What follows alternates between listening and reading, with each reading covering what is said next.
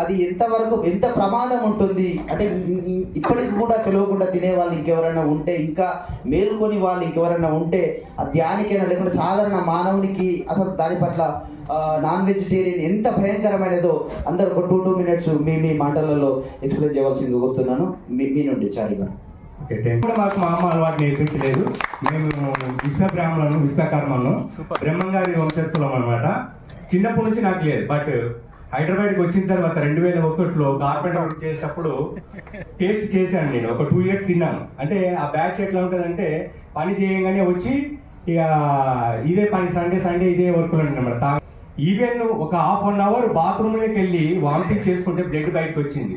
ఏంటి అవసరమా ఇది అని నేను వద్దనుకోండి. అప్పటి నుంచి నా ఫ్రెండ్స్ని కూడా ఇంతవరకు మళ్ళీ ఈ ధ్యానం గురించి చెప్పాను, కానీ ఎవరినే కానీ నాన్ వెజ్ గురించి వాళ్ళు మాట్లాడితే కూడా అక్కడికి వెళ్ళలేదు. ఇప్పుడు రాము గారు తలపెట్టిన ప్రాజెక్టు ధ్యాన ధర్మ ఆశ్రమానికి ఒక 10 కిలోమీటర్ల దూరం, 10-15 కిలోమీటర్ల దూరంలో మా ఊరు ఉంటుంది.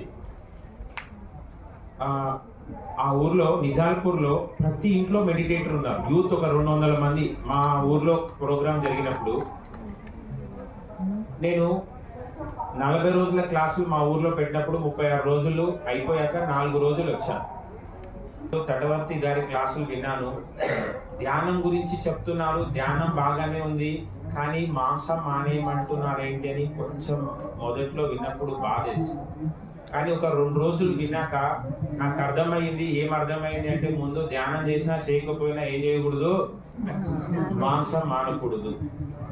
నేను ఎంతుందో పాపపు ఫలితమే ఏంటి అంటే ఇలాంటి శిక్ష అనుభవిస్తున్నారు. మరి అలాంటి వాళ్ళని చూసి మనం ఏం చేయాలి అంటే జాలి పడాలి. ఎందుకు తినకూడదు అనేది అర్థమయ్యేటట్టు చెప్పగలగాలి. లేదు అంటే వాటికి సంబంధించిన పుస్తకాలైనా అందించాలి.